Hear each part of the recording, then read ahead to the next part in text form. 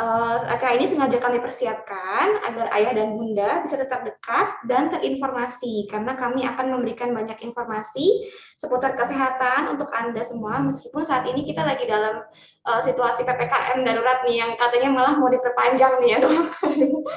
Jadi jangan khawatir buat ayah bunda, meski belum bisa berkumpul kembali bersama kami akan tetap hadir dari jauh untuk menyapa ayah dan bunda semua dan memberikan informasi kesehatan. Dan kali ini tema yang dibawakan ini yang lagi hot-hotnya nih, hot issue ya dok ya.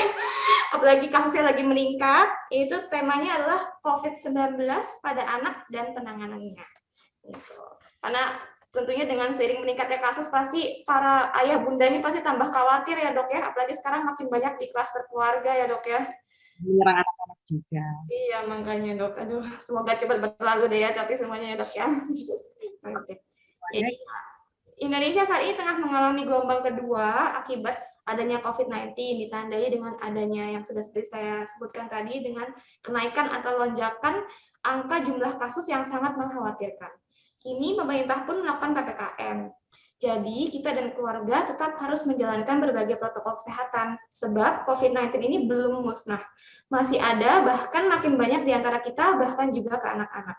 Nah, bagaimana sih kalau misalkan ayah atau bunda bila anaknya itu terpapar COVID-19? Dan apakah dampaknya, gejalanya sama dengan orang dewasa? Banyak juga yang salah artikan demam atau panas pada anak-anak itu sebagai demam biasa, dan lalu dibiarkan saja. Nah, makanya oleh karena itu, bersama saya Dr. Cecil, selaku moderator, dan Dr. Cynthia Rindang, spesialis anak, dokter spesialis anak di Rumah Sakit Pondok Indah Puri Indah, sebagai dokter narasumber kita hari ini. Nah, jangan lupa Bapak Ibu nanti di akhir presentasi, dokter juga akan memberikan ada sesi tanya jawab nih, dan ada kuis juga pastinya. Nanti akan ada hadiah menarik untuk satu orang yang bertanya, dan juga yang bisa menjawab kuis dari Dokter Cynthia nanti juga tentunya akan mendapatkan hadiah menarik dari kami. Ada 2 pertanyaan yang dokter disiapin ya dok. Jawab yang jangan susah-susah ya dok, biar pada bisa nih jawabnya nih. Dari awal sampai akhir pasti bisa. Bisa ya dok ya. Oke, jangan dilewatin ya nanti Bapak Ibu.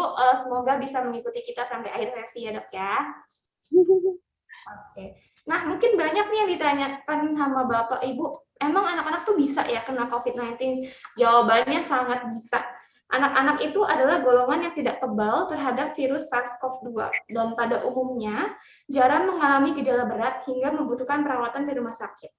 Anak-anak yang terinfeksi atau terpapar virus SARS-CoV-2 walaupun seakan-akan tanpa ada gejala signifikan, namun tetap berpotensi bisa menularkan virus pada orang lain. Jadi ada juga nih malah kadang-kadang anaknya dititipin di rumah saudaranya atau mertuanya, ketularan, terus pas balik ke rumah malah mungkin menularkan ke mama papanya. Itu juga banyak terjadi kasusnya ya dok ya. Pernah dengar nggak dok? Ada yang iya, makanya jadi sekarang kita nggak tahu, tetap mesti jaga kesehatan, imun tubuh, dan juga tetap protokol kesehatan dimanapun kita berada ya. Nah, jadi apa sih yang selanjutnya harus kita lakukan? Nanti akan dijelaskan lebih lanjut bersama Dr. Cynthia. Sebelum dimulai, saya mau berbagi info dulu nih, gimana caranya nanti Bapak Ibu kalau misalkan nanti mau ada pertanyaan, nanti kita ada sesi Q&A di akhir presentasi. Nanti bisa klik tombol Q&A yang ada di layar komputer atau handphone Bapak Ibu dan dituliskan pertanyaannya di kolom chat tersebut. Nanti akan kita kumpulkan di akhir sesi dan akan dijawab bersama Dr. Cynthia. Nah, sebelum kita masuk ke acara pembahasan utamanya, saya bacakan dulu untuk kurikulum vitae singkat Dr. Cynthia.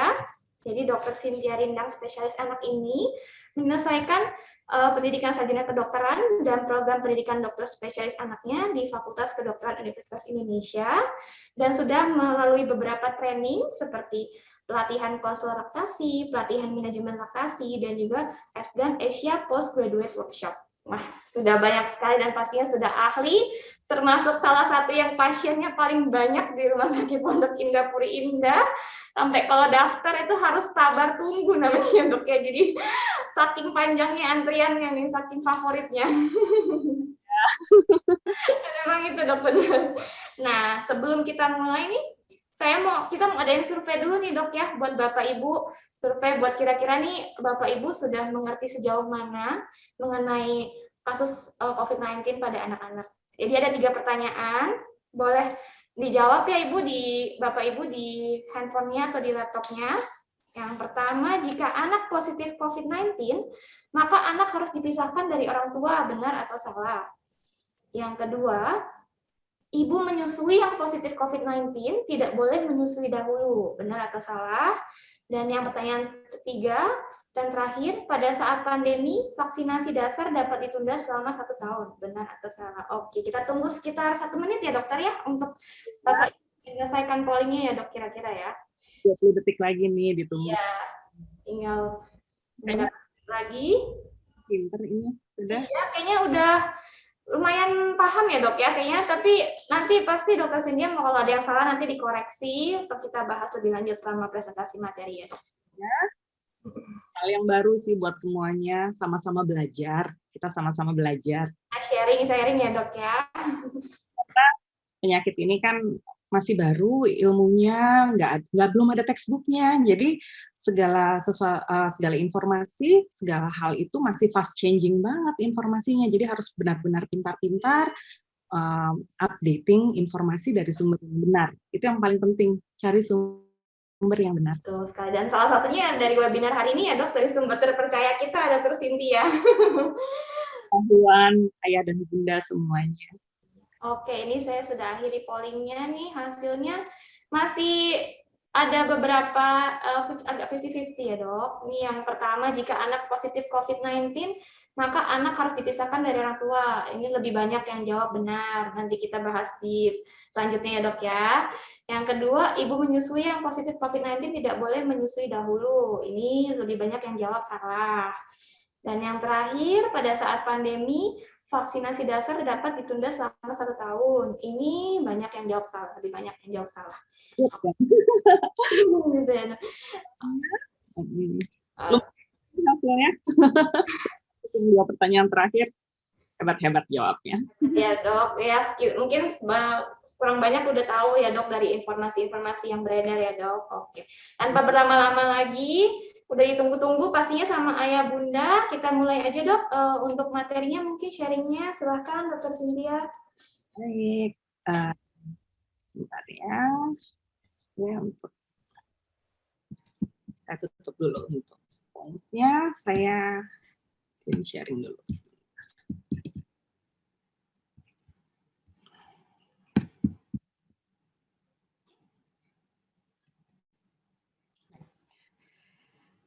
Mudah-mudahan jelas ya. Ini agak mungkin sebagian dari slide-nya agak tertutup oleh foto dari hostnya ya. Tapi mudah-mudahan masih bisa terbaca. Okay. Baik Bapak Ibu Saudara sekalian, ya saya mau menyapa dulu sebelumnya. Ini pasti bukan cuma Mama dan Papa juga, mungkin ada juga Oma dan Opa yang sangat peduli sama cucunya. Mungkin juga ada Om dan Tante juga ya yang mau ikut karena concern atau perhatian pada ponakan-ponakannya ya. Senang sekali bisa ada di sini pada sore hari ini bersama-sama Bapak Ibu sekalian. Saya perkenankan saya untuk sharing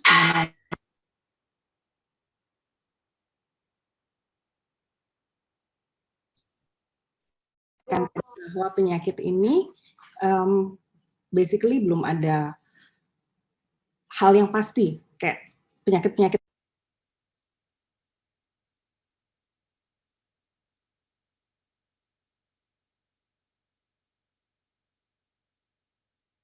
banyak hal yang belum diketahui, masih banyak penelitian yang juga dilakukan oleh para ahli. Nah, saat ini yang di slide pertama ini saya mau menerangkan tentang apakah COVID-19 itu. Ya. Jadi COVID-19 adalah singkatan dari Coronavirus Disease 19 yang disebabkan oleh satu virus corona jenis baru yang disebut dengan SARS-CoV-2. Ya. Nah, masalahnya virus ini bisa menyerang semua usia, nggak pandang bulu. Mulai dari bayi baru lahir, anak, remaja, sampai dewasa, semua nggak ada yang bisa luput dari serangan virus ini kalau dikasih kesempatan buat masuk ke badan kita. Nah, kelompok usia anak pada umumnya gejalanya ringan, ya. Tapi jangan salah, ada sebagian juga anak yang mengalami gejala berat, bahkan hingga berakhir pada kematian. Ya, dan hal ini terutama lebih sering terjadi pada anak-anak yang mempunyai penyakit bawaan atau penyakit komorbid. Yang tersering adalah asma, obesitas, ataupun diabetes. Diabetes itu bisa terjadi loh pada anak-anak. Ya, jadi anak-anak yang terinfeksi, walaupun tanpa gejala, secara signifikan tetap bisa berpotensi untuk menularkan virus pada orang lain. Ini yang harus diwaspadai. Jadi, manifestasi klinis dari COVID-19 ini sangat beragam. Mulai dari nggak ada gejala sama sekali sampai yang berat, kritikal, dan life threatening. Ya, nah masalahnya yang gejalanya ringan atau tanpa gejala ini yang berbahaya sebenarnya karena walaupun mereka tidak menunjukkan gejala yang signifikan, tapi virusnya tetap ada di dalam badan dan berpotensi untuk menularkan. Ya, nah apa sih yang menjadi gejala COVID-19 pada umumnya? Ya, saya pada presentasi kali ini banyak mengambil infografis dari berbagai website yang mudah-mudahan trustable ya, dari WHO, dari CDC, dari Satgas COVID Indonesia, lalu juga ada beberapa akun Instagram seperti IDAI, lalu ada dari Pandemic Talks atau Adam Prabata yang memang cukup informatif dan memudahkan kita untuk sama-sama belajar dan memahami tentang virus ini. Ya, oke, gejala untuk COVID-19 ini ya bisa, saya katakan bisa karena bisa saja nggak ada batuk, ya. Sampai kadang-kadang batuknya berat menyebabkan sesak nafas kalau dia sudah melibatkan kerusakan atau keterlibatan organ paru yang cukup berat. Lalu ada demam kadang-kadang, rasa sumeng, mulai demam itu bisa saja demamnya tinggi sekali, tapi bisa juga demamnya hanya sumang-sumang. Ya, ada juga yang tanpa demam. Ya, bisa juga anak mengeluhkan sakit-sakit badannya atau bahkan sakit kepala. Dan anak yang terkena COVID bisa juga mengalami diare, ya, dan muntah-muntah.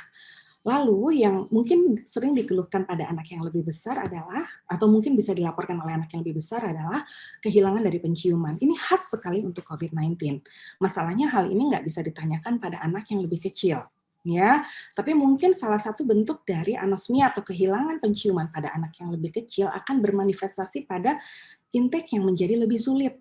Kalau kita tidak bisa mencium aroma makanan, tentunya akan lebih kurang ya nafsu makannya. Selain mungkin ada juga banyak yang mengeluhkan sakit di tenggorokan sehingga kesulitan untuk menelan, dan pada dasarnya infeksi virus mungkin membuat badan juga rasanya tidak enak sehingga anak juga tidak nafsu makan. Nah, apa yang terjadi kalau sudah terkena COVID-19? Sekitar 80% kasus akan sembuh, artinya gejalanya ringan, jadi nggak perlu perawatan khusus. Tapi jangan salah, 15% bisa mengalami gejala sedang sampai berat yang membutuhkan perawatan di rumah sakit karena butuh tambahan oksigen dan obat-obatan pendukung lainnya tentunya. Dan sekitar 5% yang tertular SARS-CoV-2 ini bisa mengalami sakit kritis dan membutuhkan perawatan intensif. Ya. Yang jadi problem adalah perjalanan penyakitnya seringkali sulit diprediksi dengan pasti. Artinya awal-awalnya mungkin bagus, tiba-tiba terjadi perburukan. Dan ini seringkali mungkin kita lihat pada kasus dewasa terutama ya. Jadi ya pada gelombang kedua COVID-19 yang kita sudah alami sekitar 1-2 bulan terakhir ini kan begitu banyak berita-berita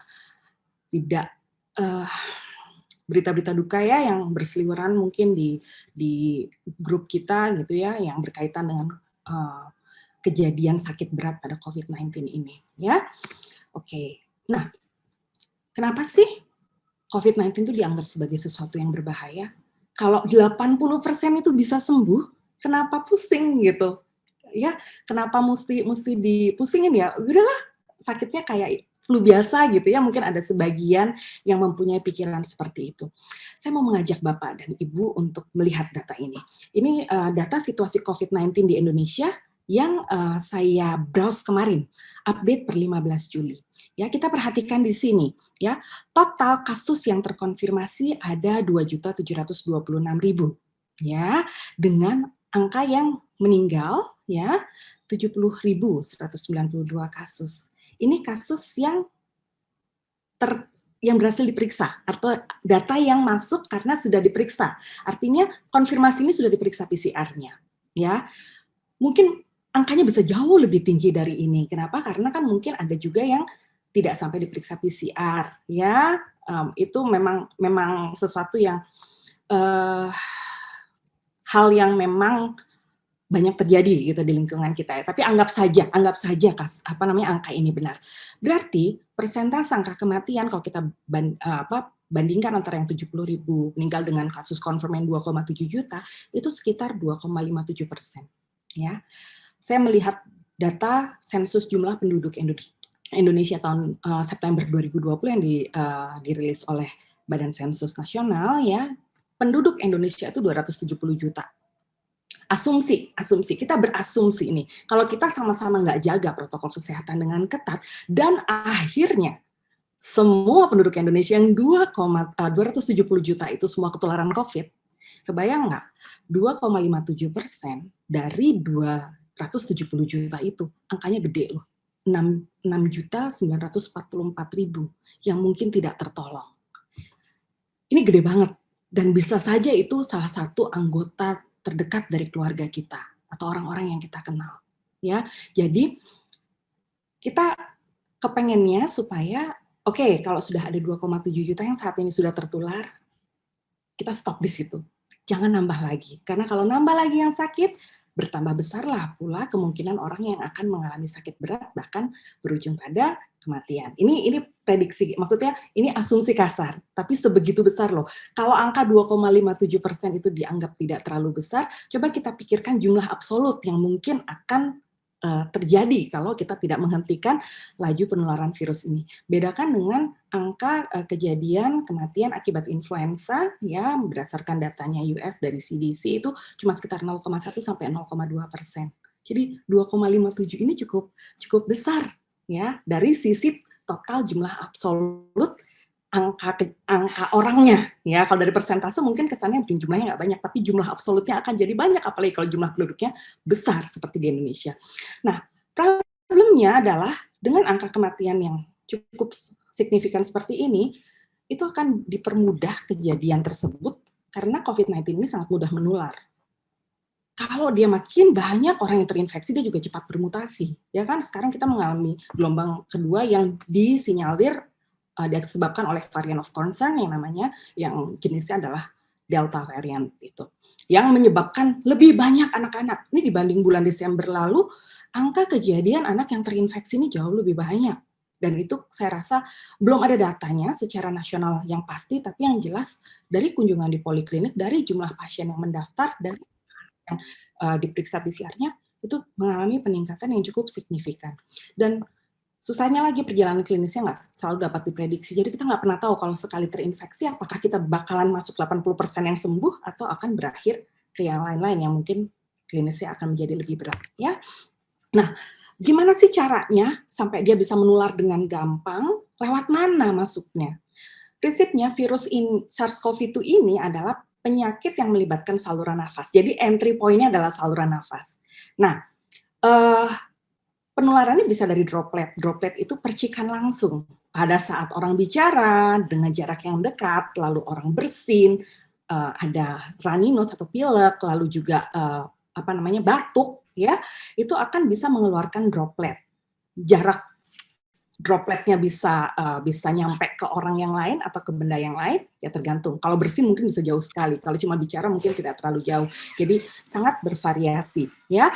Lalu bisa juga terjadi penyebaran juga dari udara, tapi itu hanya pada setting-setting tempat yang mungkin bisa aerosol generating. Artinya tidak semua akan tersebar dari droplet tersebut atau aerosol, maksudnya. Tidak semuanya akan bisa tidak semua hal akan menyebar melalui aerosol, ya, tapi yang paling sering sebenarnya lebih ke droplet. Tapi juga harus diperhatikan bahwa COVID-19 ini bisa menyebar lewat permukaan-permukaan yang terkontaminasi oleh virus tersebut. Ya, jadi untuk benda-benda yang biasa dipegang ya, seperti pegangan pintu, mungkin tombol lift, mungkin handphone ya, yang sering kita bawa-bawa kemana-mana lalu taruh di mana-mana ya, terus begitu mungkin laptop atau mouse dari komputer yang kita gunakan, hati-hati. Barang-barang tersebut kalau kita sentuh, tapi kita tidak mencuci tangan dengan rajin, pada saat kita mungkin mempunyai virus di dalam badan kita, bisa nempel virusnya di situ. Dan suatu saat ada orang lain yang memegang, lalu orang tersebut lupa untuk mencuci tangan, dan dia tanpa sengaja memegang area wajahnya, baik di hidung, mata, atau menggosok-gosok area sekitar wajah, itu bisa menularkan virusnya. Ya, jadi yang penting adalah kita harus mencegah supaya virusnya nggak masuk ke badan kita. Kalau virusnya masih di luar, dia masih bisa dihandle atau dibunuh dengan sabun atau cairan desinfektan. Tapi begitu dia sudah masuk ke dalam badan, kita sudah nggak bisa kontrol, tergantung imunitas atau daya tahan tubuh kita. Ya, oke. Nah, sekarang gimana cara mencegahnya? Kan prinsipnya tadi kita mesti menghalau nih, virusnya nggak boleh sampai masuk ke badan. Jangan sampai dia beranak pinak di badan kita. Dan yang paling penting adalah melakukan prinsip dasar 5M dan 3T. Apa itu 5M dan 3T? 5M yang pertama adalah pakai masker dengan benar. Ya, lalu jaga jarak dengan aman, ya, cuci tangan yang rajin dengan benar, menghindari kerumunan dan membatasi mobilitas. Jadi tetap boleh beraktivitas, hanya dibatasi yang penting dan atau urgent saja, dan tentunya tetap memperhatikan hal-hal yang lain, protokol kesehatan yang lain pada saat kita keluar melakukan aktivitas harus tetap ketat protokol kesehatannya. Lalu yang penting juga adalah 3T, testing, tracing, dan treatment. Jadi kalau ada gejala, ada kontak sama orang yang confirm atau suspek COVID, jangan takut untuk diperiksa. Kenapa? Dengan kita memeriksa, kita tahu status badan kita ini sehat atau sakit, terinfeksi atau tidak. Sehingga apa? Kita bisa menghentikan penularan dari virus ini untuk tidak menyebar lebih luas lagi ya. Nah ini sekarang saya karena kita fokusnya ke anak ya, 5M sama 3T mungkin yang lebih berkaitan sama anak-anak kita lebih ke yang 5M. 5M ini adalah sesuatu yang harus kita ajarkan pada anak kita. Kenapa? Karena kita nggak tahu pandemi ini akan sampai kapan. Tapi cara untuk mencegah penularan kemungkinan besar akan tetap sama. Jadi yang paling penting cuci tangan tuh harus benar. Ya, ini saya berikan gambar bagaimana cara mencuci tangan dengan benar yang 6 langkah ini. Ya, informasinya bisa didapatkan banyak di mana-mana ya. Tapi prinsipnya kalau kita mencuci tangan dengan benar dan menjaga tangan kita tetap bersih, kita akan mengurangi kemungkinan untuk tertular dan juga menyebarkan virus COVID-19 ini ke orang-orang di sekitar kita. Dan yang paling penting nih, ini anak-anak itu kan terutama balita ya, mereka tuh lagi seneng banget exploring dan semuanya akan masuk mulut ya. Terus gitu gampang sekali sentuh bagian muka, mulut ataupun mata ya. Jadi anak juga mesti diawasi dan diajari tentunya dengan cara yang lembut dan baik untuk sebisa mungkin menghindari menyentuh mata, hidung maupun mulut kalau tangannya belum yakin bersih benar. Ya, jadi ini adalah satu kebiasaan yang harus diajarkan. Nggak bisa cuma disuruh, yuk kamu cuci tangan, ayo sekarang cuci tangan gitu. Enggak, kita mesti ajarin selain kita memberikan informasi secara lisan, kita juga mesti tunjukkan. Jadi mama dan papanya, oma opa atau uncle auntie-nya juga harus rajin cuci tangan di depan anak-anak supaya mereka bisa melihat perilaku hidup sehat dan protokol kesehatan yang benar itu seperti apa, tidak hanya secara lisan tapi juga dari kebiasaan harian ya.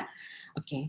Lalu untuk masalah penggunaan masker, ini juga satu hal yang harus dibiasakan. Kenapa? Karena dari WHO mereka merekomendasikan untuk masker itu digunakan pada anak yang berusia 2 tahun atau lebih. Bagaimana dengan anak yang usianya di bawah 2 tahun?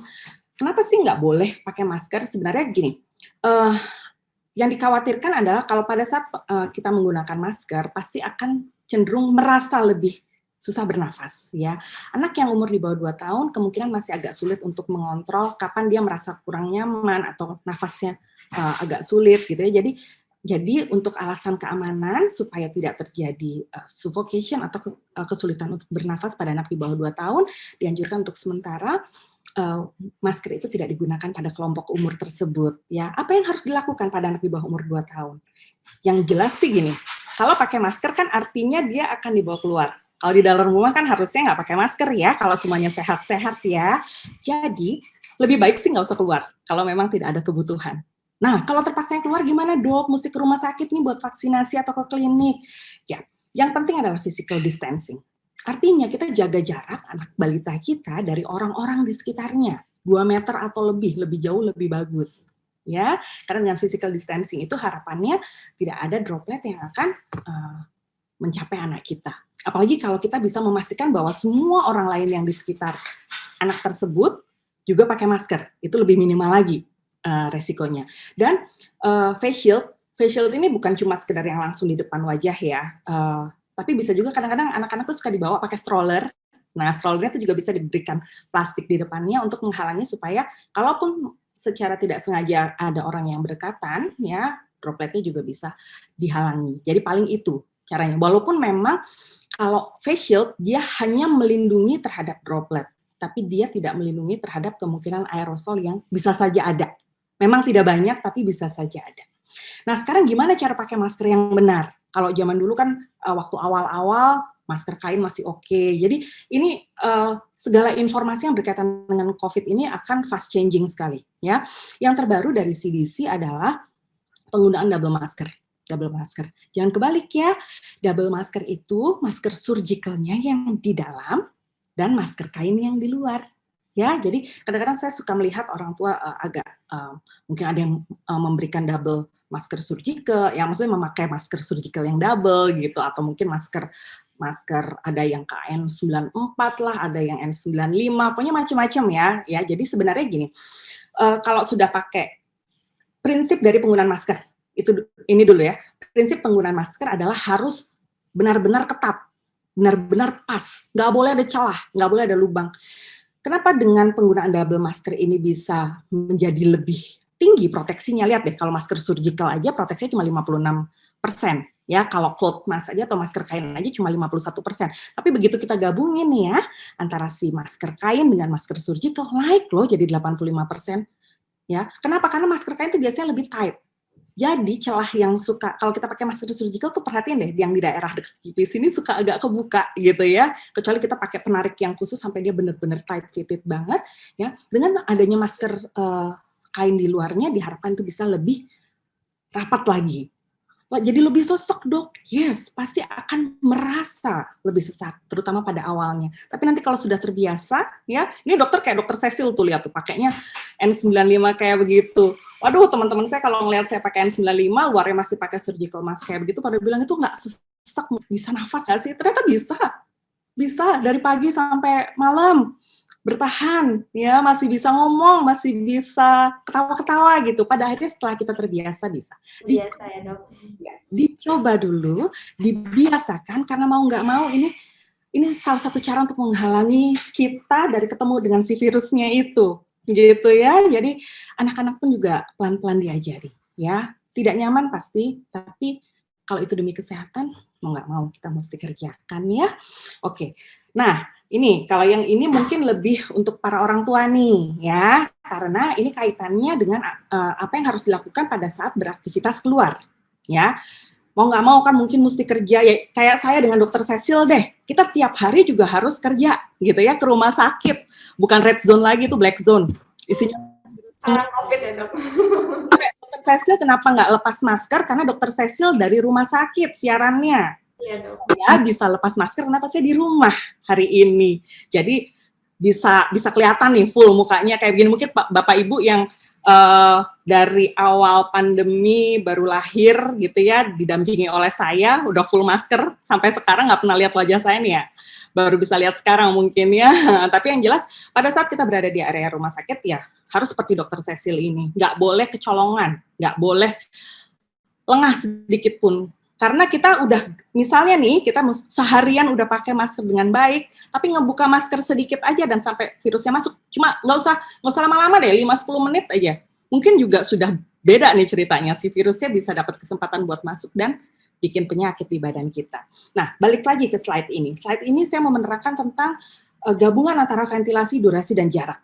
Ya, jadi Papa dan Mama, Oma, Opa, Uncle, Auntie, sekalian kalau misalnya terpaksa harus beraktivitas keluar, pastikan tempat yang tempat kita beraktivitas itu ventilasinya baik. Outdoor itu pasti jauh lebih oke daripada indoor.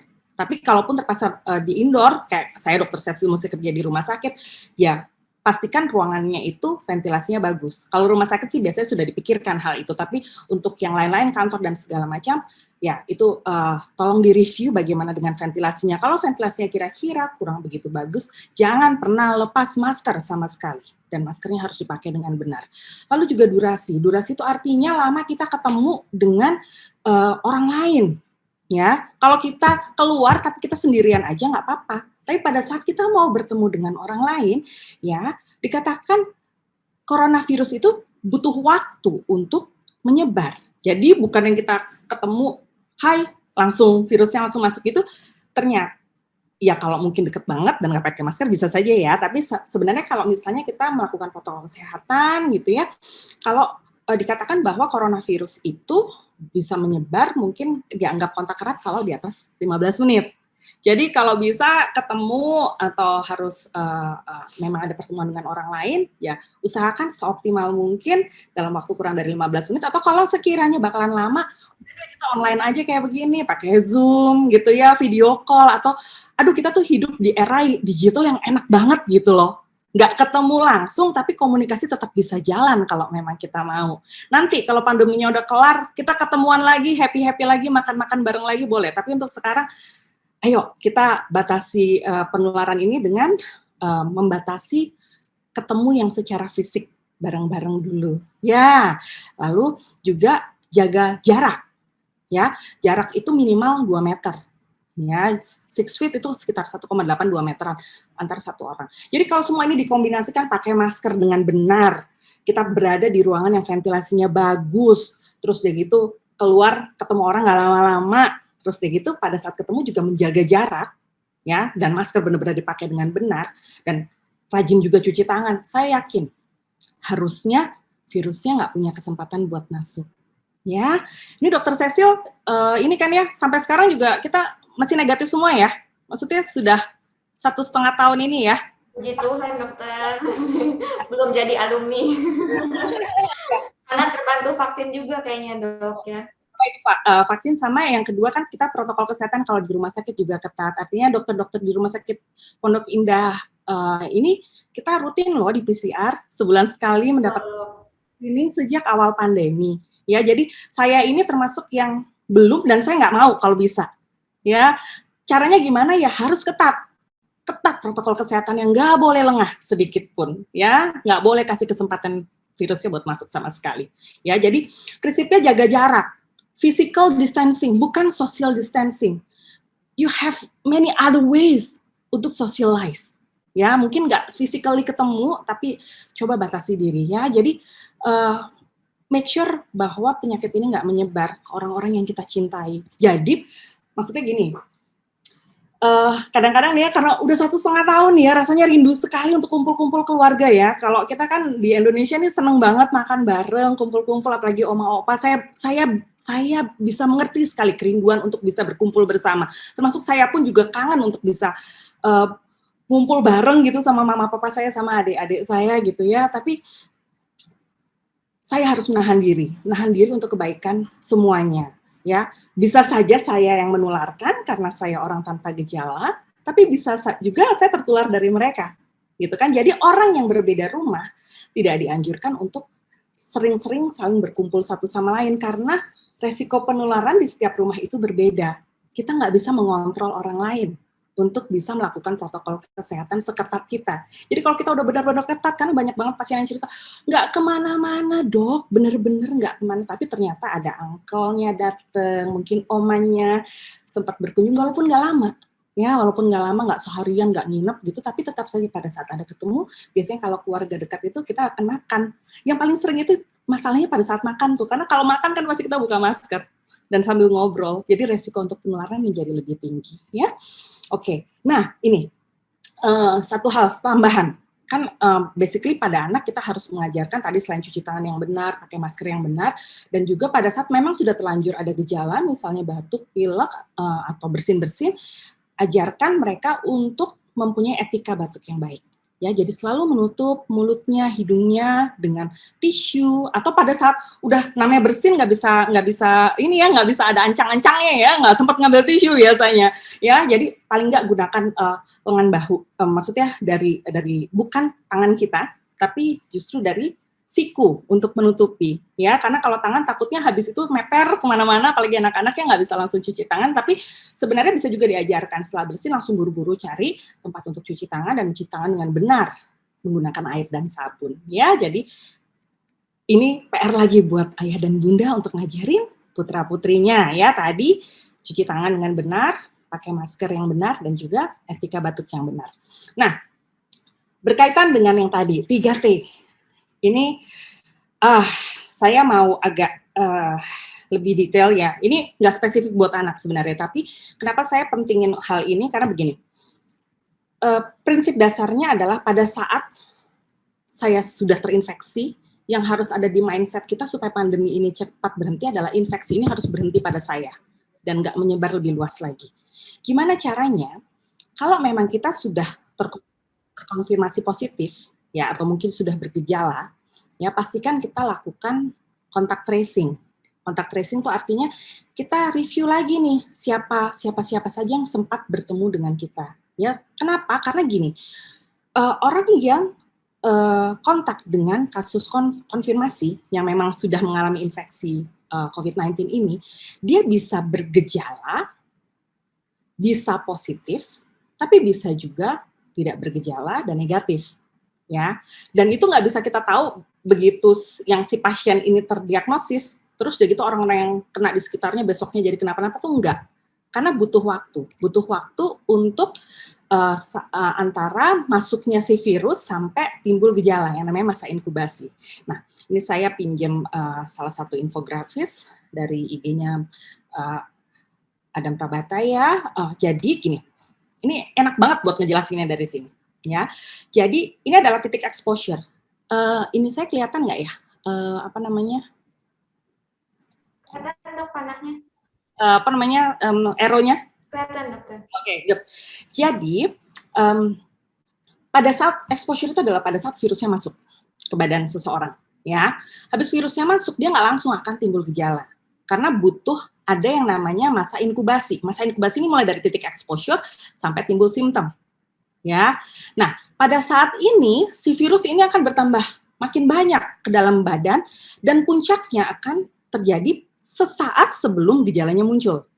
Ya, jadi tergantung nih badan kita nih, ya virusnya yang masuk banyak apa enggak, berkembang biaknya banyak apa enggak, tergantung pertahanan tubuh kita kan. Nah, problemnya adalah si virus ini karena jumlah virusnya sudah banyak nih dari sebelum gejalanya muncul, dia dikatakan sudah bisa menyebar 2 hari dari sebelum gejalanya muncul. Gitu. Jadi artinya nih 2 hari sebelum gejala ini terjadi, orangnya kelihatannya sehat, nggak ada gejala apa-apa, tapi dia udah bisa menularkan. Itulah sebabnya ya kontak tracing itu terhitung dari 2 hari sebelum gejala muncul pada kasus konfirmasi atau pada orang yang tidak bergejala. Misalnya nih saya di screening PCR, ternyata saya positif, let's say, ya. Yang kontak dengan saya selama 2 kali 24 jam sebelum PCR saya dilakukan itu juga dianggap sebagai kontak erat, ya. Dan itu juga, maksudnya kontak erat itu harus dipikirkan pada orang yang tinggal satu rumah dengan kasus yang terkonfirmasi, ya. Terus udah gitu, bertemu dengan kasus yang terkonfirmasi dengan tadi, jaraknya kurang dari 2 meter dengan lama lebih dari 15 menit, lalu ada kontak langsung dengan droplet, artinya misalnya kita ketemu orang, terus tiba-tiba orangnya bersin di depan kita gitu ya, walaupun mungkin nggak 15 menit, tapi langsung kontak, benar-benar basah gitu ke kita, karena ya itu juga termasuk kontak erat, ya, oke. Nah, sekarang kalau memang kita sudah ada kemungkinan kita terinfeksi, ya, pilihan tesnya apa sih untuk memastikan diagnosis? Ya, ini kan sekarang ya yang jelas gold standardnya udah pasti PCR, ya. Tapi memang kalau untuk kota besar seperti Jakarta gitu ya, PCR itu relatif lebih mudah walaupun cukup mahal, Ya, kalau tahun lalu kita nunggu PCR itu hasilnya bisa berhari-hari, bahkan bisa seminggu. Pasien udah keburu sembuh dulu, baru keluar hasilnya. Kadang-kadang seperti itu ya. Kalau sekarang nih relatif sudah cepat sekali. Kita cek pagi, sore juga sudah keluar hasil gitu. Dan memang yang dianggap sebagai baku standar atau gold standard untuk pemastian diagnosis dari COVID-19 adalah pemeriksaan PCR. Ini saya ambil pembanding antara 3 tes dilakukan pada pemastian diagnosis COVID-19 ini dari websitenya covid.go.id. Jadi prinsipnya ada 3 tes nih untuk pemastian diagnosis. Pertama yang gold standard yang swab PCR. Jadi dia mendeteksi materi genetik dari virus SARS-CoV-2 itu. Ya, ngambilnya gimana caranya di swab? Nah ini nih yang suka bikin orang juga kadang-kadang suka jadi takut mau dikerjain, diuak-uak gitu ya, kayaknya hidungnya, tenggorokannya gitu ya, tapi emang virusnya kolonisasinya di situ, nyarinya emang mesti di situ ya. Kapan hasilnya ada? 1-2 hari setelah sampel diterima di lab ya. Sementara kalau yang rapid test antigen ya, dia mendeteksi juga materi genetik atau protein spesifik dari virus corona ini ya, sama ngambilnya dari hidung juga, tapi hasilnya lebih cepat. Bahkan sekarang mungkin ada yang beli sendiri gitu ya, terus gitu ngorek-ngorek hidung sendiri di rumah biasanya untuk screening. Tapi kekurangannya adalah rapid test antigen ini kemungkinan untuk tidak akuratnya lebih besar daripada PCR. Jadi, jika memang dalam kasus COVID ini kita mesti jujur sama diri sendiri ya. Kalau kira-kira kita beresiko tinggi atau mungkin mempunyai kontak erat dengan yang positif, terus udah gitu juga, atau mungkin kita bergejala ya. Kalau memang rapid test antigennya menyatakan negatif, kita mesti pastikan lagi, mungkin harus lebih detail lagi memastikan dengan PCR. Artinya jangan hanya mengandalkan bahwa karena rapid antigen saya negatif, terus jadinya benar-benar aman. Padahal kita udah jelas-jelas ada kontak ataupun ada gejala, gitu ya. Jadi harus dipastikan. Tapi kalau misalnya rapid antigen tesnya positif dan memang ada gejala atau kontak, kemungkinan besar memang pasti positif. Gitu. Jadi intinya untuk screening awal, kalau negatif jangan buru-buru senang dulu. Jadi ini berlaku untuk gini loh. Kalau ada misalnya papa mama, ini sekarang lagi banyak banget klaster keluarga yang tadi dokter Cecil bilang, misalnya papa atau mamahnya kena nih positif COVID gitu, anaknya masih sehat, belum ada gejala sama sekali, saking takutnya, saking sayangnya sama anak gitu ya, biasanya atas kesepakatan papa mama dan oma opa, anaknya langsung dipindahkan ke rumah oma opa yang saat itu statusnya masih sehat. Tapi sebenarnya si anak ini statusnya adalah kontak erat. Ya, kontak erat dengan si mama dan papa yang sudah terkonfirmasi ini. Udah dicek antigen, Dok, antigennya negatif kok. Ya, mungkin saja negatif atau masih negatif. Ya, negatif karena mungkin kurang sensitif untuk mendeteksi, tapi bisa juga karena memang belum positif, belum terlalu banyak protein atau partikel dari virus yang bisa terdeteksi. Yang jadi masalah adalah kalau 2-3 hari kemudian tiba-tiba anaknya muncul gejala, demam kah, batuk kah, gitu ya, oma opanya akan terpapar. Jadi akan lebih banyak lagi orang yang akan terinfeksi dalam keluarga tersebut. Ini akan jadi bikin klaster keluarga jadi makin gede. Gitu. Nanti ceritanya belum selesai nih, misalnya anaknya demam gitu ya, batuk gitu, dibalikin lagi mungkin ke rumah orang tuanya, atau mungkin oma opanya ditarik lagi sama uncle ontinya ke rumah yang lain. Jadi makin nyebar lagi semuanya. Bisa begitu loh, ceritanya bisa begitu. Ya, karena mungkin belum paham tentang bagaimana mekanisme penularan dari si virus ini. Nah, sebelum saya beranjak ke yang selanjutnya tentang pembedaan antara karantina dan isolasi yang berkaitan dengan tadi, ya, ada satu pemeriksaan lagi namanya rapid test antibody. Kalau ini pemeriksaannya dari darah sampelnya. Nah, antibody adalah sesuatu bentuk pertahanan tubuh yang dibentuk oleh badan kita setelah infeksinya terjadi. Ya, jadi bedanya adalah kalau si antibody ini diceknya nggak bisa di awal-awal penyakit. Karena pembentukan antibody itu butuh waktu. Jadi biasanya di atas 7 hari sesudah infeksi terjadi baru mungkin akan terdeteksi antibodinya. Kalau baru hari pertama kedua demam kita cek antibody mungkin masih negatif. Ya, jadi timing pemeriksaan ini juga sangat penting. Kalau rapid test antigen ini biasanya lebih sering bisa digunakan di seminggu pertama. Ya, sementara kalau PCR dari awal penyakit fase akut di minggu pertama dia sudah bisa positif. Dan Ada yang bisa menetap sampai lama, sampai 2-3 bulan masih tetap positif. Waduh dok, itu masih nularin nggak tuh? PCR-nya positif, terus tiap minggu diulang positif, terus sampai 2-3 bulan gitu. Nah, sebenarnya kalau orang yang sudah tidak bergejala sama sekali, setelah lewat dari 14 hari, sejak gejala pertama kali muncul dianggap sudah tidak infeksius. Kenapa PCR-nya itu masih positif? Karena sebenarnya sih PCR ini mendeteksi materi genetik dari virus, tapi tidak bisa membedakan apakah virusnya hidup atau mati. Ya, yang bisa membedakan virusnya hidup atau mati adalah pemeriksaan kultur virus yang tidak tersedia secara komersial karena tidak mudah untuk dilakukan. Ya, jadi intinya apakah masih bisa menularkan atau tidak, biasanya sih patokannya 14 hari itu selama sudah tidak ada gejala, atau kalau mau lebih yakin konsul sama dokter untuk pastiin. Ya, apakah kira-kira saya masih menularkan atau tidak. Nah, yang penting ditekankan adalah selama menunggu hasil, ya misalnya PCR nih, dilakukan di daerah yang mungkin hasilnya 3 hari lagi atau 5 hari lagi, kalau kita cek kan berarti ada kecurigaan. Ya, pastikan lakukan karantina mandiri walaupun nggak ada gejala. Ya, apa sih bedanya dok karantina sama isolasi?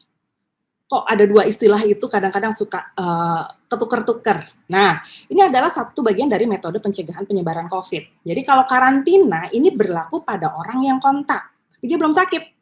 Ya, kalau isolasi, ya dia berlaku untuk orang yang memang sudah positif COVID-19, baik yang bergejala maupun yang tidak bergejala.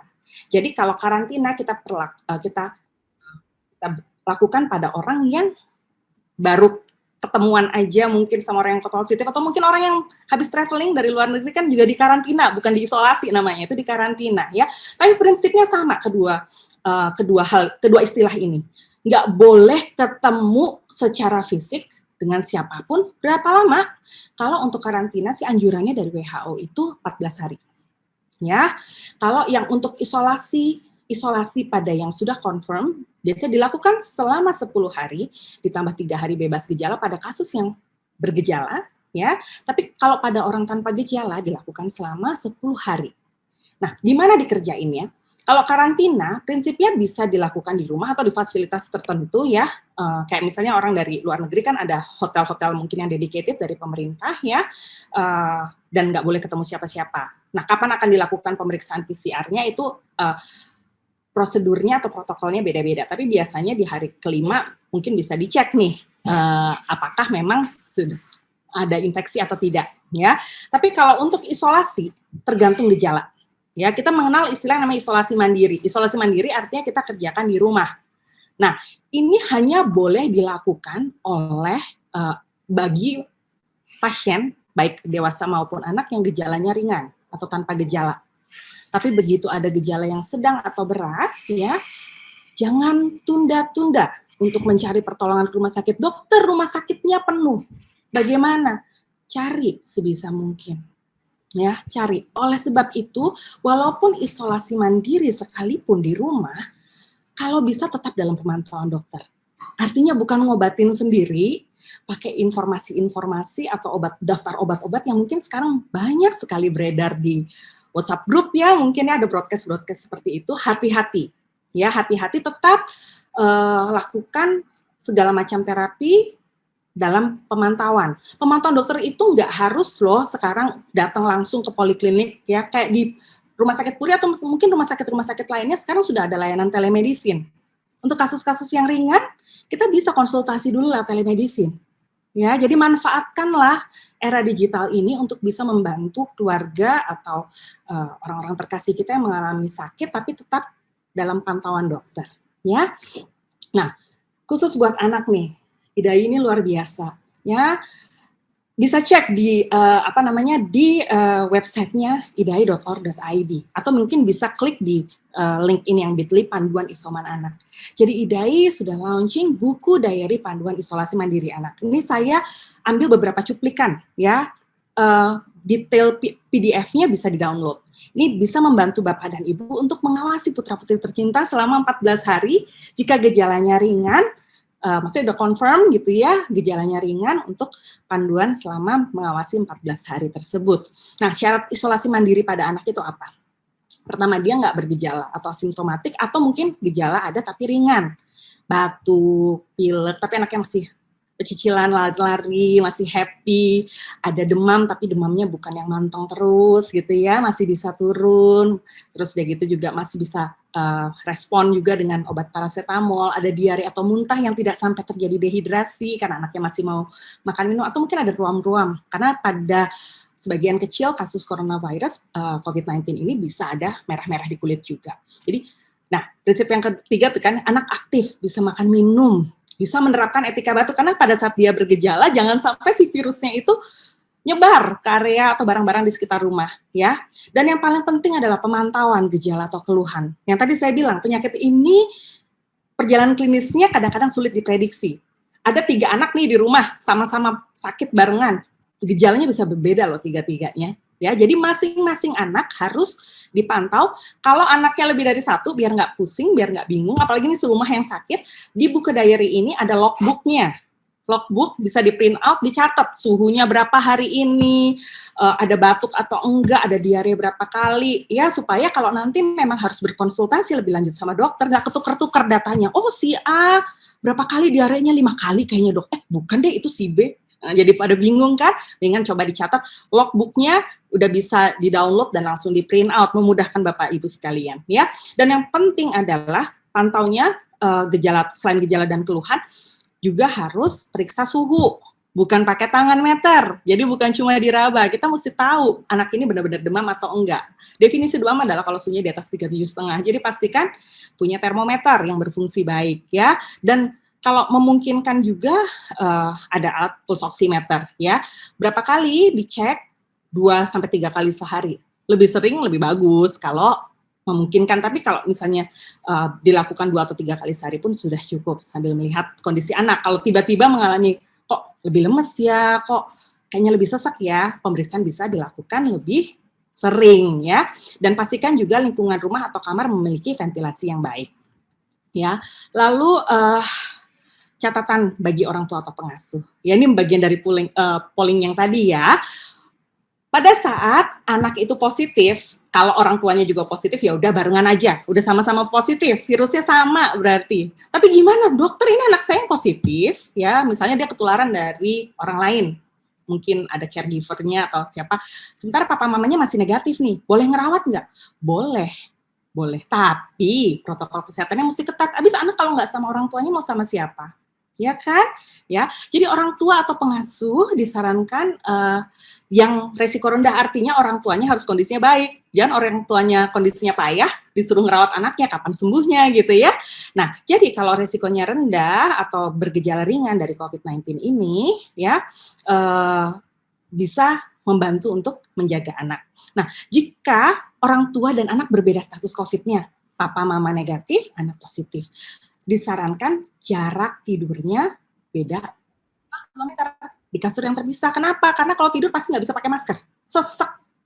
Ya, kalau bisa sih bagus, tapi kemungkinannya akan sangat-sangat sulit gitu. Jadi kalau misalnya beraktivitas yang lain pakai masker dengan benar, cuci tangan dengan benar, tapi kalau tidur boleh tapi dengan jarak yang cukup jauh. Ya, ini kita meminimalisir, bukan berarti bahwa dijamin orang tua akan tetap negatif ya dengan seperti ini, tapi kan kita nggak punya pilihan lain. Kalau anak kita sakit mau nggak mau kita mesti taking care of them, ya. Dan anak pasti akan lebih bahagia kalau masih bisa tetap bersama orang tuanya, dan itu akan mempercepat penyembuhan ke mereka.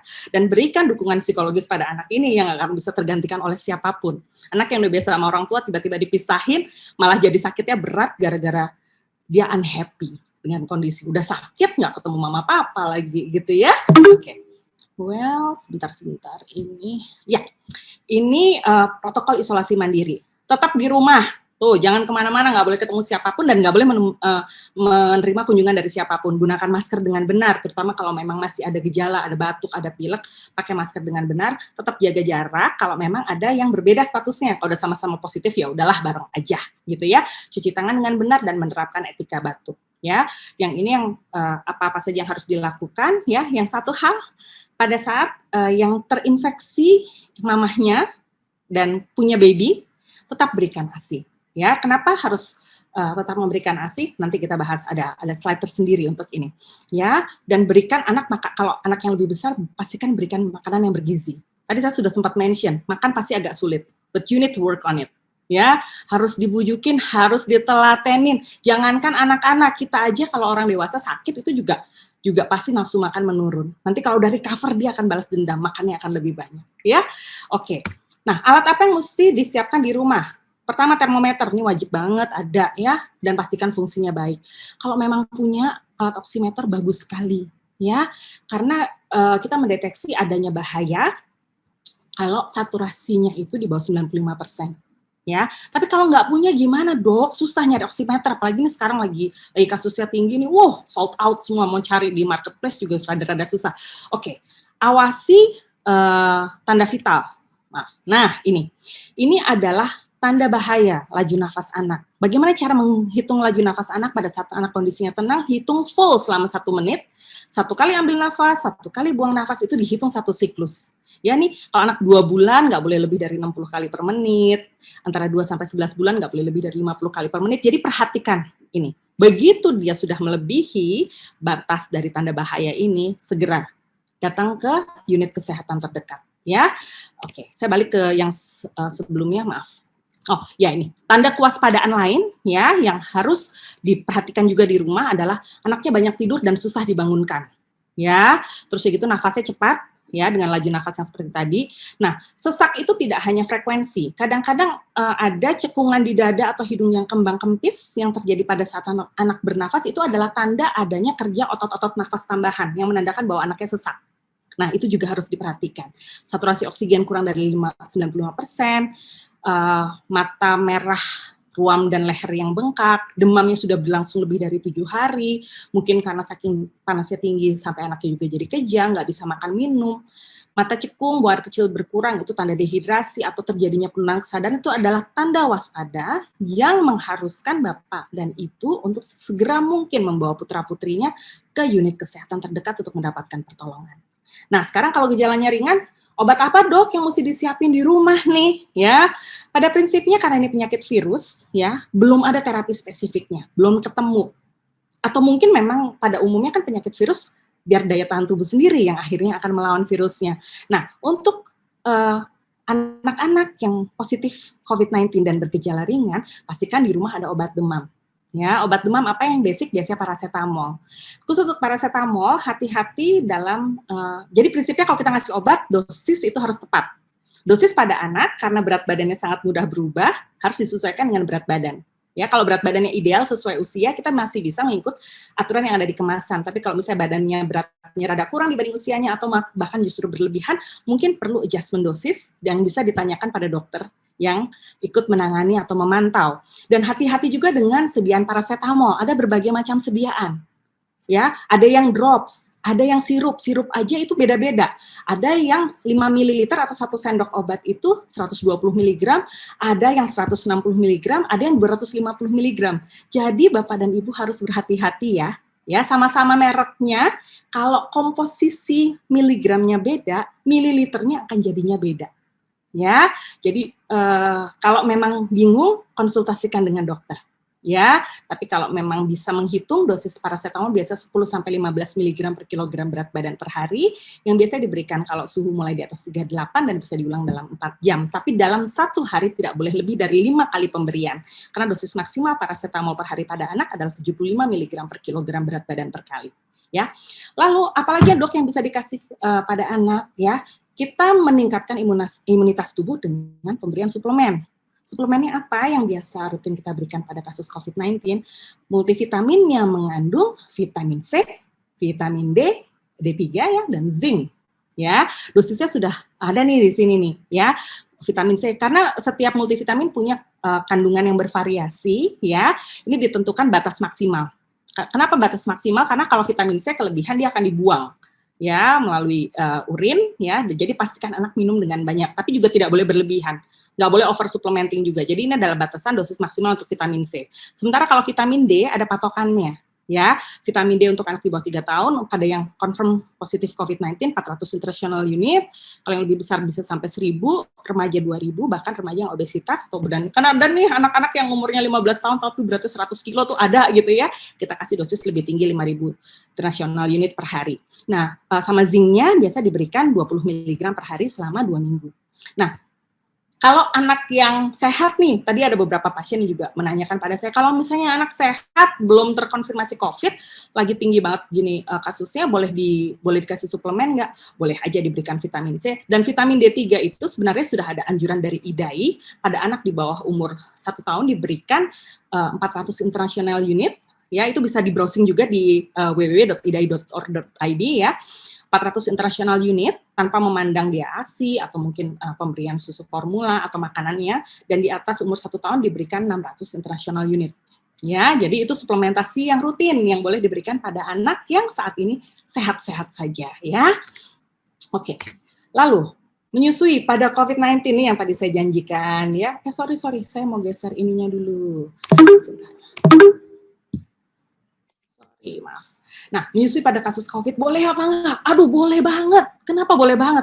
Karena menyusui itu oleh WHO pun dianggap aman. Ya, karena sampai saat ini belum ditemukan bukti bahwa virus dari COVID-19 atau SARS-CoV-2 ini ditularkan melalui ASI.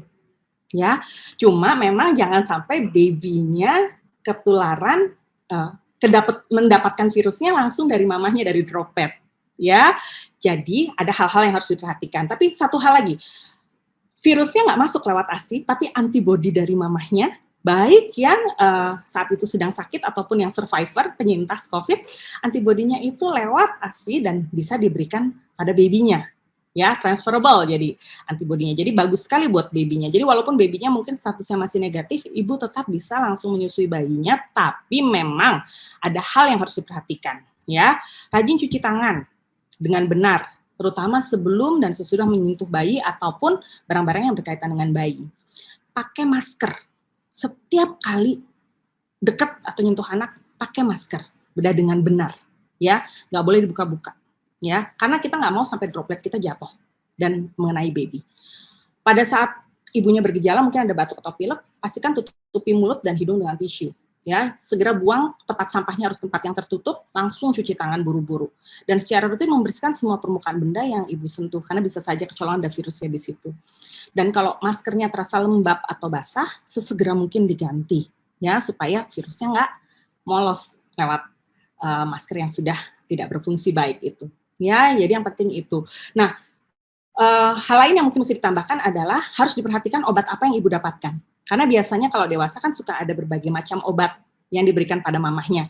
Nah, ada beberapa obat yang contraindicated atau tidak diizinkan untuk diberikan pada ibu menyusui, seperti mungkin jenis remdesivir, ya, favipiravir, seperti itu masih belum diizinkan. Kalau misalnya ibunya mendapat oseltamivir masih boleh untuk menyusui. Lalu yang kedua juga lihat kondisi ibunya. Kalau ibunya kepayahan, ya, atau ibunya harus mendapatkan perawatan di ruang khusus untuk COVID-19, ya bayinya nggak bisa bareng ibunya. Tapi boleh nyusuin nggak? Kalau ibunya nggak mendapatkan obat-obat yang contraindicated, ibu perah ASI-nya. Kasih ASI perah. Tetap boleh ngasih ASI perahnya, walaupun tidak menyusui langsung. Ya, oke, next. Kelebihan. Oke, kita bicara tentang vaksin nih. Ya, vaksin COVID. Sebelum saya bicara tentang vaksin pada anak, saya mau bicara tentang vaksin secara umum. Jadi vaksin itu prinsipnya melatih badan untuk membentuk antibodi, ya, sehingga kuman yang masuk pada saat kita secara tidak sengaja tertular, nggak bisa menyebabkan gejala yang berat. Artinya vaksin itu tidak melindungi 100% sampai kita nggak sakit sama sekali loh. Nggak ada satupun vaksinasi yang bisa melakukan itu. Tapi setidaknya badan kita sudah belajar, pernah ketemu sama bagian dari kuman tersebut, belajar membentuk sel memori, dan juga belajar untuk mengalahkan si virusnya. Ya, tapi nggak bisa berharap hanya dari vaksin aja terus jadi kebal. Ya, karena saat ini belum terlalu banyak orang yang mendapatkan vaksinasi sehingga herd immunity itu belum tercapai. Jadi walaupun sudah divaksin harus tetap disertai dengan protokol kesehatan yang ketat, ya. Dan saat ini karena ini penyakit yang sifatnya masih baru, penelitian masih berlangsung, vaksin juga masih belum banyak ya produksinya. Jadi kalau saya boleh sampaikan, pada saat sudah mendapatkan kesempatan untuk vaksinasi, ya, sudah eligible, nggak ada masalah, nggak ada kontraindikasi untuk vaksin, ambil kesempatan itu, ya, sesegera mungkin. Yang udah pernah kena atau penyintas bagaimana? Tetap perlu nggak vaksin? Tetap perlu. Kenapa? Karena antibodi yang dibentuk pada saat kita terinfeksi, ternyata dengan berjalannya waktu akan menurun, ya. itulah sebabnya ada kondisi yang namanya reinfeksi, bisa tertular infeksi lagi loh, bisa sakit untuk yang kedua kali loh. Dari penelitian katanya ada yang setelah 7 bulan bisa terinfeksi kembali. Jadi pada saat antibodinya sudah menurun, kita boosting pembentukan antibodinya dengan cara memberikan vaksinasi. Ini ada ilustrasi yang menurut saya cukup bisa menggambarkan ya, ini orang yang udah, anggap aja nih air terjunnya ini nih kondisi di mana kita udah terlanjur kena COVID gitu ya, kita kayaknya udah hampir beresiko tinggi lah untuk sampai terkena. Terus ada vaksin yang ditawarkan, nanti aja deh saya tunggu yang lebih bagus, lebih aman, lebih apapun alasannya gitu. Udah keburu jatuh dulu, udah keburu ketularan. Lebih serem loh ketularan langsung sama virusnya, ketemu langsung sama virusnya ketimbang ketemu sama vaksin yang virusnya mungkin sudah dilemahkan, yang mungkin menggunakan vektor virus lain, atau yang inactivated seperti yang kita gunakan sekarang di Sinovac atau Sinopharm ya. Oke. Nah, tentang vaksinasi COVID pada anak. Ini berita yang sangat menggembirakan dan sebenarnya sudah dinanti-nanti ya. Paling tidak saya benar-benar menantikan hal ini ya. Jadi mulai awal Juli kemarin ya, di Indonesia anak usia 12 sampai 17 tahun sudah dapat menerima vaksin Sinovac. Alasannya apa? Kenapa sampai BPOM bisa mengeluarkan emergency use authorization untuk vaksin ini? Jadi sekitar 2 mingguan yang lalu Sinovac ini sudah ada satu penelitian yang dipublikasikan di The Lancet Infectious Disease yang menyatakan bahwa mereka itu populasi penelitian sebenarnya umur 3 sampai 17 tahun loh. Ya. Dari anak-anak ini tapi masih uji klinis fase 1 dan 2. Belum uji klinis fase 3 memang, belum sampai ke situ. Tapi uji klinis fase 1 dan 2-nya sudah menghasilkan hasil yang cukup baik. Biasanya kalau boleh mengambil kata-kata dari Prof. Sujatmiko, spesialis anak konsultan, ya guru saya, kalau hasilnya yang pertama dan uji pertama dan kedua baik, biasanya yang ketiga juga baik. Biasanya begitu, ya konsisten. Jadi, nah vaksin Sinovac ini hasil dari penelitian ini kurang lebih, vaksin Sinovac ini mampu memunculkan antibodi pada anak umur 3 sampai 17 tahun, ya. Memunculkan antibodi tidak sama dengan efikasi ya, karena kalau untuk efikasi atau di populasi bagaimana itu butuh penelitian yang sampelnya lebih banyak lagi. Tapi yang jelas dari populasi penelitian yang fase 1 dan 2 ini 96,8 sampai 100% terdeteksi memiliki antibodi. Ya, jadi lumayan deh daripada nggak sama sekali, daripada dia ketemu langsung sama virusnya dan nggak punya senjata apa-apa. Kalau akhirnya ada antibodi, lepas dari tinggi rendahnya kita nggak bisa predik ya, tapi paling tidak dia punya, gitu ya. Jadi kalau memang putra-putri bapak sama ibu sudah masuk kategori umur 12 sampai 17 tahun yang sudah bisa mendapat vaksin, ayo bawa anaknya untuk vaksin sesegera mungkin ya. Dan nanti mungkin akan ditanyakan juga kenapa yang di bawah 12 tahun belum boleh dikasih. Nah, data untuk keamanannya masih belum cukup banyak. Mungkin nantinya akan bisa dipakai. Kita tunggu saja. Ini kan berjalan terus nih penelitiannya. Begitu nanti memang sudah mendapatkan izin atau clearance dari BPOM, pasti juga anak dengan populasi usia tersebut akan diberikan. Untuk saat ini, ayo 12-17% ini populasinya sekitar 30 juta anak loh. Ya, kalau misalnya semua bisa mendapatkan vaksinasi, kontribusinya untuk herd immunity luar biasa. Mudah-mudahan si pandeminya bisa segera berakhir. Ya, oke. Lanjut lagi rekomendasi IDAI untuk vaksinasi lain. Nah, anak itu banyak banget jadwal vaksinnya. Dari umur 1 sampai 2 tahun itu tuh bisa cukup sering ketemu sama dokter anak ya. Nah, rekomendasi IDAI untuk vaksinasi selama pandemi adalah vaksinasi dasar terutama yang 18 bulan pertama, tapi bukan cuma yang dasar, yang lain-lain juga sebaiknya juga tetap dilakukan sesuai jadwal. Kalau tidak memungkinkan bagaimana? Boleh ditunda. Ya. Dulu sih dibilang yang sebelum tsunami yang kedua ini dari COVID-19 rekomendasinya sebulan ditundanya masih boleh. Untuk sekarang ada edaran yang kemarin awal Juli ya, vaksinasi sementara ditunda karena situasi tidak memungkinkan, dalam artian kalau kasus lagi tinggi sekali di luar, kemungkinan anak untuk tertular pada saat dibawa keluar itu lebih tinggi untuk mendapatkan COVID. Jadi ditunda dulu sampai akhir masa PPKM ini sampai 21 Juli. Tapi beberapa hari yang lalu keluar juga edaran lagi dari IDAI bahwa alternatif pelaksanaan imunisasi lantatur. Ini ada terminologi baru nih. Jadi drive-thru ini kita bikin bahasa Indonesianya jadi layanan tanpa turun, disingkat jadi lantatur ya. Jadi tapi tentunya untuk kegiatan lantatur ini pasti butuh di setiap unit kesehatan atau rumah sakit pasti harus memikirkan dulu dan menyediakan semua yang diperlukan untuk bisa providing pelayanan ini ya. Untuk saat ini dari Rumah Sakit Pondok Indah sedang mendiskusikan masalah ini. Ya, mudah-mudahan ada kabar baik ya, tidak lama lagi untuk bisa vaksinasi dengan cara lantatur ini juga bisa dilakukan paling tidak selama kasusnya sedang tinggi yang menyebabkan orang tua takut ke rumah sakit. Walaupun sebenarnya nggak usah takut loh ke rumah sakit. Maksudnya kalau nanti mungkin kasusnya sudah mulai turun ya, Rumah Sakit Pondok Indah menerapkan protokol kesehatan yang ketat. Ya, kita memisahkan antara poli yang anak yang mengalami keluhan demam dan batuk pilek di lantai 1, sementara anak yang sehat untuk vaksinasi dilayani di lantai 2, dan juga anak yang mengalami keluhan lain, ya misalnya ada diare, ada alergi, gitu ya, itu dilayani pada jam yang terpisah dari yang vaksin. Jadi sudah diatur sedemikian rupa supaya orang tua tidak perlu khawatir ya untuk membawa putra dan putrinya ke rumah sakit, tentunya dengan melakukan appointment sebelumnya. Dan khusus untuk di Rumah Sakit Puri Indah ya, kami sudah melakukan renovasi di di ruangan poli anak kami ya. Ruangan tunggunya sekarang sudah sangat besar, sangat nyaman. Terus udah gitu juga dengan desain yang child friendly dan instagramable kalau menurut saya, dan maksudnya kita sangat mudah untuk melakukan physical distancing karena ruangannya luas dan tempat duduknya juga terpisah jauh-jauh gitu. Jadi jangan khawatir kalau nanti kasusnya sudah mulai turun, sudah dianjurkan lagi untuk melakukan vaksinasi di rumah sakit, monggo Bapak dan Ibu boleh membawa buah hatinya ke rumah sakit kami. Dan juga dari bawah sudah disiapkan eskalator juga, jadi tidak perlu untuk masuk ke dalam lift ya.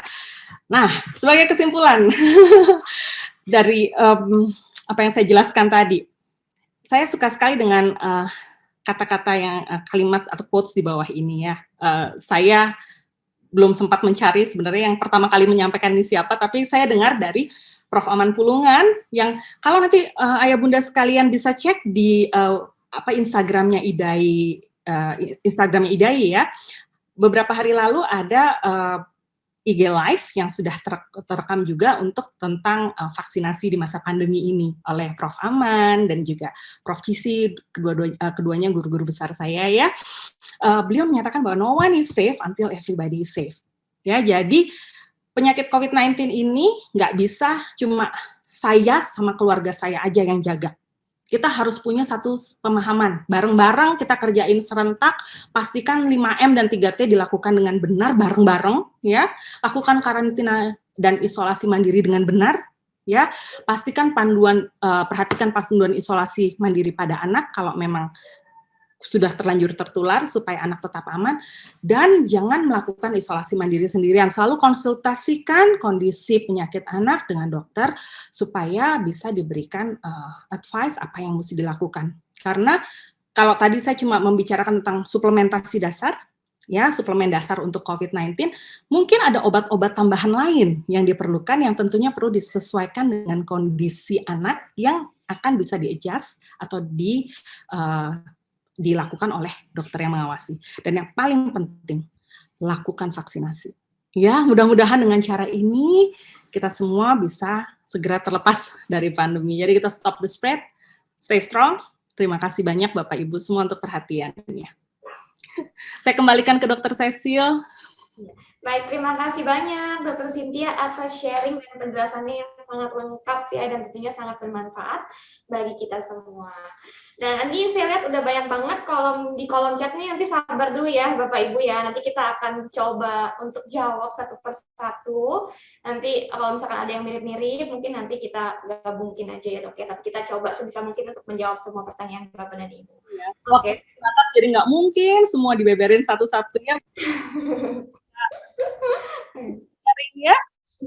Iya, ini tapi saya izin mau kasih beberapa poin-poin penting yang tadi dokter udah sampaikan ya, saya ulangi mungkin buat Bapak Ibu yang terlewat tadi mungkin masuknya telat. Jadi anak-anak itu juga sangat berpotensi atau beresiko untuk tertular infeksi COVID-19 dan juga berpotensi untuk menularkan ke orang lain. Dan cara penularannya itu bisa melalui droplet, aerosol, dan juga melalui barang-barang yang terkontaminasi dengan virus tersebut. Seperti misalnya logam pintu atau handphone yang sering kita pegang-pegang atau benda-benda lainnya ya. Dan gejalanya itu bisa berupa demam, baik yang demam tinggi atau semang-semang aja, dan demam itu kalau misalkan suhunya 37,5 derajat Celcius ke atas ya dokter ya.